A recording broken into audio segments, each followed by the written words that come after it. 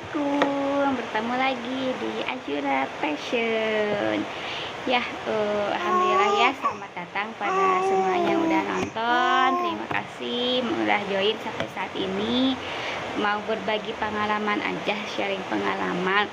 Kemarin itu habis pertemuan di Tektona ya, di konveksi atau bisa sebut garmen sih, kalau tepatnya udah besar banget ya di Tektona.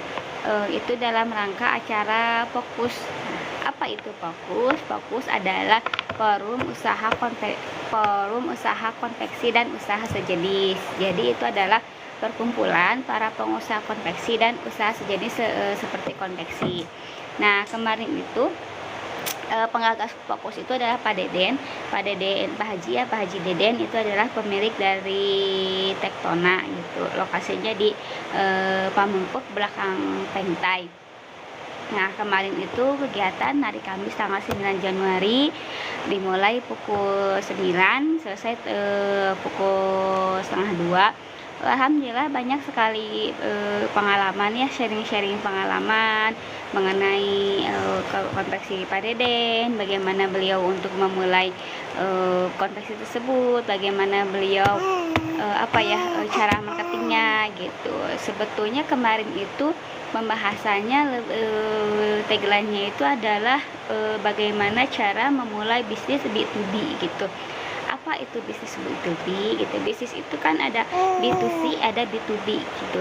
Kalau B2C itu adalah bisnis to consumer langsung gitu. Jadi kita punya produk, kita menjahit sendiri dan kita langsung jual ke konsumen langsung. Itu biasanya jual satuan gitu, atau kita punya reseller gitu, kita punya agen. Nah, itu biasanya disebut dengan B2C gitu. Kita punya jualan langsung gitu, kita produsen, kita jualan langsung. Kalau misalnya B2B itu adalah bisnis to bisnis, itu adalah kita jual produk ke sesama pengusaha kembali gitu, sesama ke bisnis. Nah, B2B itu ada beberapa target dari B2B. Bisa yang pertama komunitas, kemudian lembaga, komunitas, banyak sekali komunitas ya, kayak komunitas motor, komunitas pengajian, komunitas moli, atau komunitas yang lainnya, banyaklah, tentang kesehatan, tentang hijrah atau apa, itu banyak sekali komunitas. Kemudian juga ke lembaga gitu. Lembaga bisa jadi lembaga keuangan atau lembaga non keuangan. Lembaga itu contohnya itu adalah sekolah, kampus gitu ya. Sekolah juga kan banyak lah, SD, SMP gitu ya, sampai perguruan tinggi gitu. Kemudian juga ke perusahaan-perusahaan gitu. Ada perusahaan-perusahaan yang bisa kita ajak kerjasama, itu B2B itu. Kemudian selain perusahaan-perusahaan juga ada, bentar ya, menyapa dulu yang baru bergabung, selamat bergabung ya.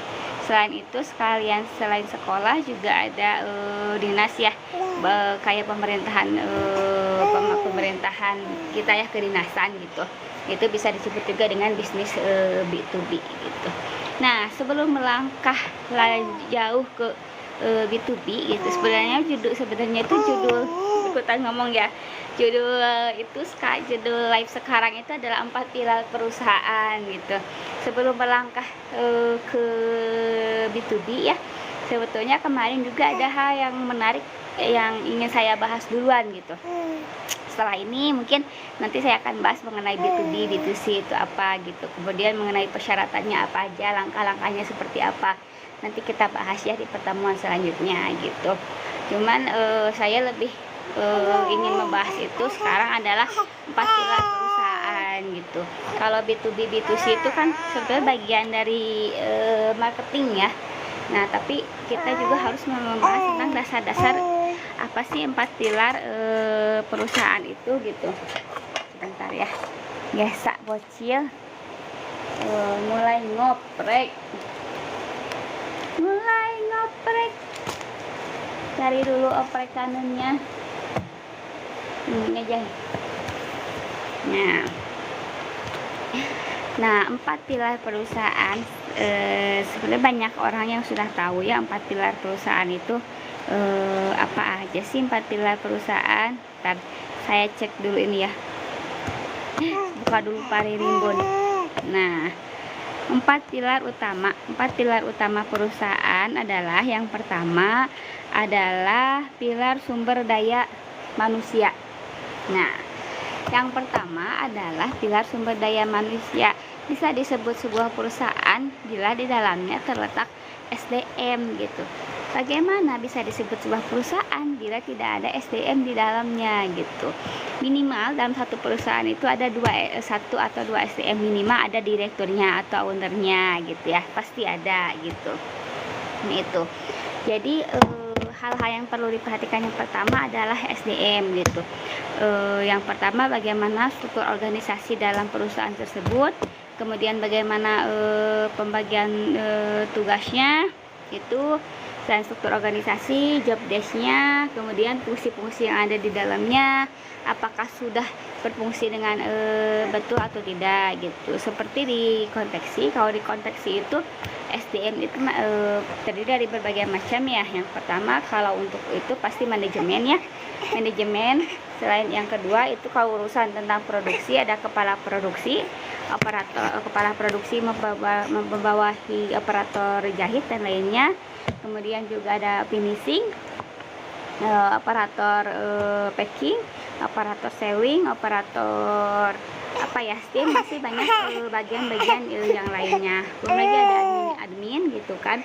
Nah, itu SDM. Terus kalau misalnya di manajemen juga banyak ya, ada tim marketing gitu kan, ada admin, ada tim finance gitu, itu bagian SDM. Nah, kenapa itu disebut pilar utama? Itu karena bagian penting yang harus dikelola dengan baik dan benar gitu. Bila kita bisa mengelola SDM itu dengan baik dan benar, maka perusahaan bisa berjalan dengan baik gitu. Tetapi bila pengelolaan SDM-nya kurang baik, maka perusahaan tidak akan berjalan dengan baik pula gitu. Nah, ini dia kayaknya pengen ngobrol dulu. Kemudian apa sih itu yang pertama, pilar SDM ya. Bentar. Yang kedua adalah mengenai pilar keuangan gitu. Nah, keuangan ini berhubungan dengan dadah.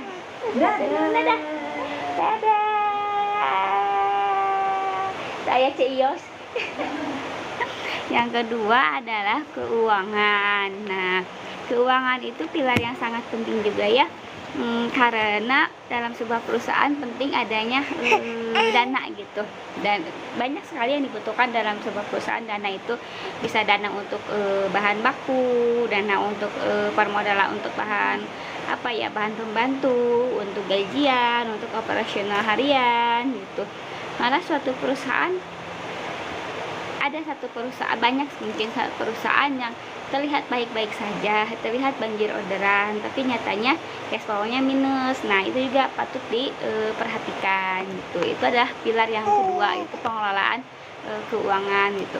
Ketika pengelolaan keuangan itu tidak diatur dengan bijak gitu, maka perusahaan itu akan goyah gitu. Ketika perusahaan itu goyah ya, maka SDM yang ada dalam perusahaan itu akan terancam.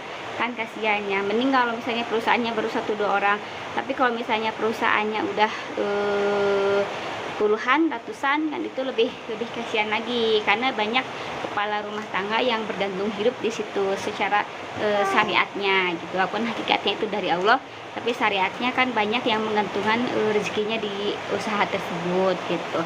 Apalagi kalau misalnya di bidang konveksi, kalau misalnya orderan itu banyak orderan yang, kalau untuk orderan yang FOB ya, full order itu banyak orderan yang kadang-kadang ngasih DP, kadang-kadang nggak ngasih DP gitu. Nah, itu sepintar-pintarnya kita bagaimana mengelola keuangan. Kalaupun ada yang ngasih DP, kadang-kadang itu kan hanya cukup untuk beli bahan baku, sementara on proses kita harus menggaji pegawai. Nah, itu di situ kita membutuhkan permodalan. Itu untuk yang full order. Adapun untuk yang CMT juga sama ya. Untuk yang CMT, untuk yang maklun juga, ketika kita menerima orderan maklunan itu, perusahaan itu memberikan kerjaan. Nah, setelah perusahaan itu memberikan kerjaan, otomatis kita mulai membeli bahan pembantu seperti benang atau alat lain yang tidak disiapkan oleh perusahaan tersebut gitu. Setelah itu kita juga on profesi itu harus menggaji pegawai, pemeliharaan mesin, pembayaran listrik. Nah, di situ membutuhkan modal. Setelah selesai pekerjaan kita kirim, nah di situ kita juga membutuhkan biaya transportasi. Nah, setelah biaya transportasi, nah setelah kirim itu biasanya masih ada jeda untuk masa pengecekan gitu. Perusahaan tersebut harus melakukan pengecekan, kontrabon, baru melakukan pembayaran. Nah, masa jeda dari pengiriman dan pembayaran itu juga kita membutuhkan asupan pekerjaan lain yang perlu dimodali gitu. Nah, itu yang makanya harus pintar-pintar bagaimana caranya mengelola keuangan. Ada juga yang pembayarannya yang untuk maklun atau full order itu ada atau yang open PO ya, ada pembayaran yang 50% di muka, terus begitu barang mau dikirim dilunasi dulu. Ada yang seperti itu sebetulnya juga lebih memudahkan untuk kita para pengusaha konveksi ya. Tapi persentase yang seperti itu paling sekitar 30% lah yang seperti itu gitu. Soalnya jarang yang pembayarannya seperti itu gitu. Kenapa ada orang yang menerapkan pembayaran seperti itu?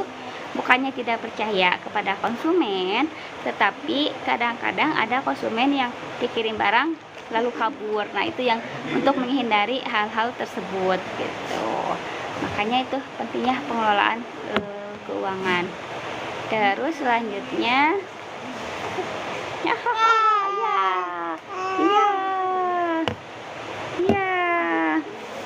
selanjutnya adalah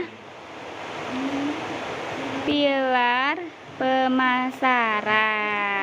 Nah, kalau misalnya untuk pemasaran itu sangat penting juga gitu. Tadi selain SDM, keuangan, pemasaran. Nah, sebagus-bagusnya apa ya, kalau kata Pak Haji Deden itu sebagus-bagusnya kita punya produk, kalau produk itu hanya disimpan, bagaimana orang tahu kita punya produk tersebut gitu. Kalaupun orang nggak tahu, bagaimana dia mau membeli produk kita gitu. Nah, itu makanya pemasaran itu sangat-sangat penting ya. Bentar, iklan dulu kayaknya mulai ngantuk, makanya kurang kondusif ya. Nah, itu untuk pemasaran apalagi di zaman era canggih kayak gini. Kalau dulu itu untuk konveksi mungkin pemasarannya itu door to door gitu kan. Bagaimana kalau untuk orderan, mengetuk door to door itu mengetuk dari satu pintu ke pintu itu, yaitu nawarin kalau yang di bidang B2B gitu ya, nawarin gitu dari satu sekolah ke sekolah lain, nanyain ke satpam, nanyain ke TU, dari satu perusahaan ke perusahaan lain, sambil bawa sampel, sambil bawa proposal. Nah, hal itu juga sampai saat ini masih bisa dikerjakan gitu. Cuman kalau sekarang itu pemasaran itu lebih memudahkan ya gitu. Kita bisa pemasaran melalui email kalau untuk saat ini. Kemudian juga melalui Facebook, melalui Instagram gitu ya. Ada YouTube gitu, itu bisa dilakukan pemasarannya. Kayaknya mulai tidak kondusif, kita percepat aja ya. Kita percepat aja, mohon maaf gitu. Satu lagi ya, pilar yang keempat. Saya tahu nggak pilar yang keempat apa? Oke. Beginilah kalau ibu-ibu masih materi ya. Pabelit. Pilar yang keempat itu adalah, sebentar ya, saya noong dulu.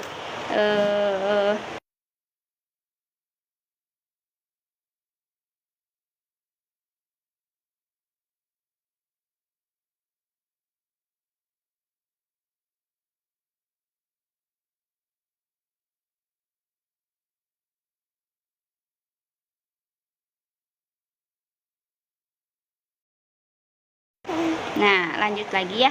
Pilar yang keempat itu adalah produk sendiri gitu. Kita harus berinovasi.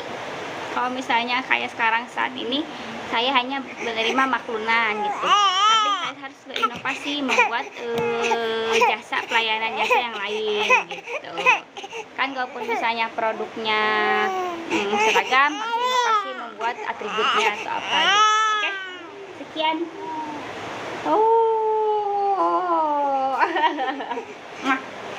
Sekian live kali ini, mudah-mudahan bermanfaat. Kalau misalnya ada yang belum sempat nonton live ini, nanti saya share di YouTube untuk live kali ini ya. Oke, dadah dulu. Akhirul kalam, rebahan hatina pilihnya sana, wafil akhirat yasano, kinagabana. Assalamualaikum warahmatullahi wabarakatuh. Iya.